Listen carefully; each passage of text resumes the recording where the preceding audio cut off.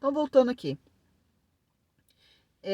Meu filho já estava ali na segunda série, de novo, tretando com a professora do município.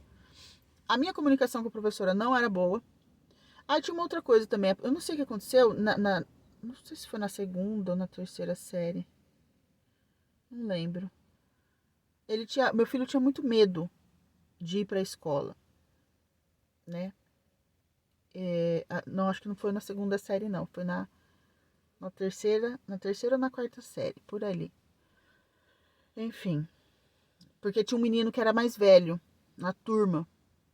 E também, provavelmente, esse menino devia ter dislexia, TDAH, alguma coisa ele tinha, só que, claro, a escola, o que a diretora é, relata, né, e que é a reclamação de muitas professoras, principalmente da rede pública, é que quando uma criança ela apresenta algum problema em sala, a professora até identifica, ó, essa criança pode ser que ela tenha TDAH, pode ser que ela tenha dislexia, pode ser que ela tenha autismo leve, pode ser até que ela tenha algum outro problema, pode ser que ela não está enxergando direito. Quando a escola encaminha a criança para um profissional ou para uma junta, que nem no caso do meu filho, a diretora falou: vamos encaminhar ele para a PAI, porque na PAI tem uma junta que vai te dar um laudo. As mães, elas se furtam, ela não quer fazer o tratamento, ela não quer fazer a investigação. Porque ela fala: não, meu filho não tem nada. Não, meu filho tá ótimo. Ou você está falando que meu filho é retardado? Esse tipo de frase. Ou então a mãe até fala: ah, não, tudo bem, eu vou. Só que como dá trabalho levar e buscar nesse negócio, demanda tempo. Tem mãe que trabalha, né, em período assim, comercial. No meu caso, eu sou autônoma, eu tenho uma certa flexibilidade de horário. Essas mães não podem sair do serviço, do trabalho para levar. Algumas são mãe solo, né? Então, nós estamos vendo aqui algumas problemáticas. E depois, em algum momento dessa série, eu vou abordar o porquê de eu estar fazendo isso daqui e como que se desdobra isso na minha visão hoje como terapeuta, tá? E aí, na segunda série, a professora péssima, ele não tinha aproveitamento, mas tinha nota, passou para a quarta série. Na quarta série, ele pegou uma professora. Ah, na quarta série, ele entrou na pandemia. Foi isso? Foi. Quarta série, ele entrou na. Não, na terceira série, pandemia. Terceira, 2020. Acho que foi isso. Pandemia. E aí, nesse momento, eu já estava comunicando com a minha tia, essa minha tia que é especialista em educação, em alfabetização de crianças problema. Essa minha tia, ela, na época que ela era professora, isso é um dado que eu não tinha conhecimento, né? Eu estudei até quinta série escola particular, depois eu fui para a escola pública. Então, eu não me lembro de ter visto na minha turma alunos na quinta série que não sabiam ler e escrever. Não existia isso. E aí a minha tia falou: não, na escola pública tem. Tem isso daí. Tem criança que chega na quinta série sem saber ler, sem saber escrever. E eu fiquei horrorizada com aquilo. Falei: não é possível que isso acontece. Não tem como. A pessoa tem que ser retardada para não conseguir fazer isso. Ela falou: não, Violeta, tem alunos que não conseguem. E ela contou que quando ela era professora, ela passou na primeira, na segunda, na terceira, na quarta, na quinta. Ela falou: qual que é o seu aluno problema? Me dá aqui o seu aluno problema, o seu aluno que não é alfabetizado, o seu aluno que não lê, não escreve. Então, ela fez uma sala mista de alunos da segunda série, acho que até a quinta, com alunos de todas essas idades e todos esses níveis de alfabetização, porque nesse momento da minha vida eu já estou estudando sobre pedagogia, né? Como que a criança lê, por que ela lê, como que é o processo na cabeça, como que se dá o aprendizado, o que uma criança precisa para aprender. A criança ela precisa de ter uma construção física, uma construção intelectual para ela conseguir ler e escrever. Então, eu já estava trocando figurinhas nesse momento com a minha tia. E minha tia falou assim: Violeta, tem um método que eu usava com essas crianças e seu filho vai aprender a ler e escrever com esse método. Eu falei: então você me dá esse método. Ela falou: mas eu preciso buscar meu livro, porque meu livro tá guardado, porque minha tia já era aposentada. Resumo da ópera. Ela me deu esse livro Inclusive, eu fiquei com esse livro até ela me deu um pouquinho antes de entrar na pandemia. E eu conseguia implementar isso com meu filho? Eu não conseguia. Por quê? Porque ele ia para a escola de manhã. Quando chegava à tarde, se eu falasse, nós vamos fazer tarefa, nós vamos. Era uma briga, era um auê. E muitas vezes eu nem podia porque eu estava trabalhando. Então eu não conseguia parar. Ou era ele que parava, ou era eu. Como eu tinha que pagar contas, como né, a gente estava num processo complicado. Não, amanhã a gente vê isso, amanhã a gente vê isso. E aí, em 2020, para a glória de Deus, veio o quê? A pandemia. Além da pandemia, no ano da pandemia, em janeiro, eu sofri um acidente que eu fui obrigada a parar de trabalhar. Obrigada a ficar em casa. E aí eu fiquei até março sem andar mesmo, na cama, assim, né? E aí, quando eu fiquei de pé, comecei a trabalhar, entrou a pandemia. Eu falei, este é o momento, essa é a hora. Peguei aquele método, estudei que nem precisava estudar. O método é tão simples, ele é tão simples, que não precisava estudar. É um método de alfabetização através de uma história. Você conta uma história para a criança, para o seu filho, e a criança vai associando, através da história, som e escrita da letra. É uma coisa maluca. Na minha cabeça, eu achava que a alfabetização era um negócio, era um bicho de 7 cabeças.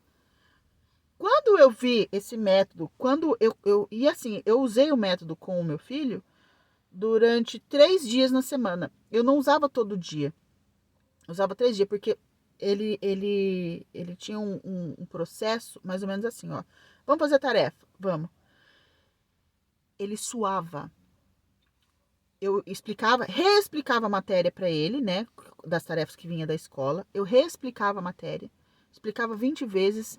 E era assim, ele terminava. Você entendeu? Ele entendi. Então agora repete para mim, então, o que você aprendeu. Ele travava, ele não conseguia. Parecia que quando as coisas entravam na cabeça dele, automaticamente entrava por aqui e saía por aqui. Ele não conseguia. E eu falei, meu Deus, como que eu vou alfabetizar uma criança desse jeito? Que tem esse nível de dificuldade? Enfim, peguei o método e comecei a aplicar nele. Adivinha o que aconteceu 3 meses depois?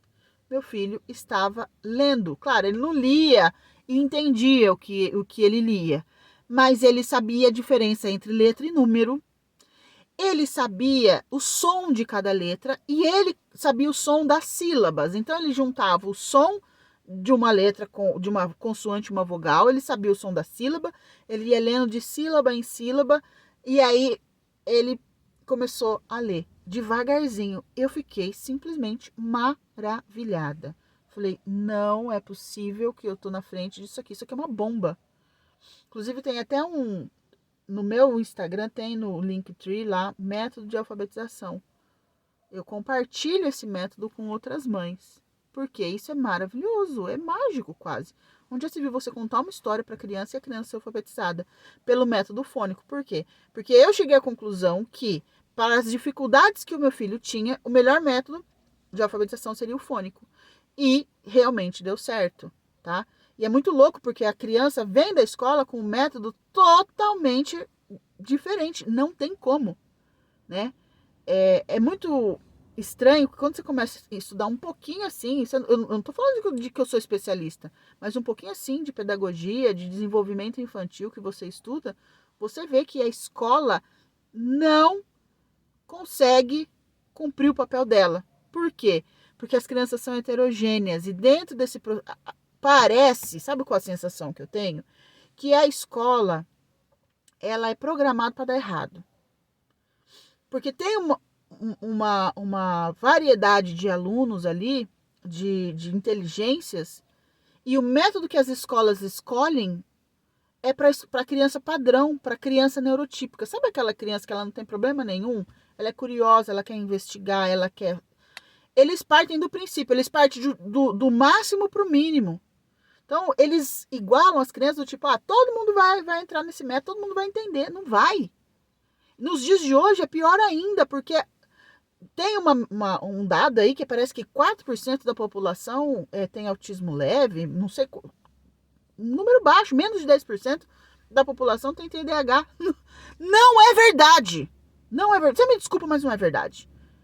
Um dia desses eu fui levar com meu filho num parque aqui da cidade, parquinho público, praça.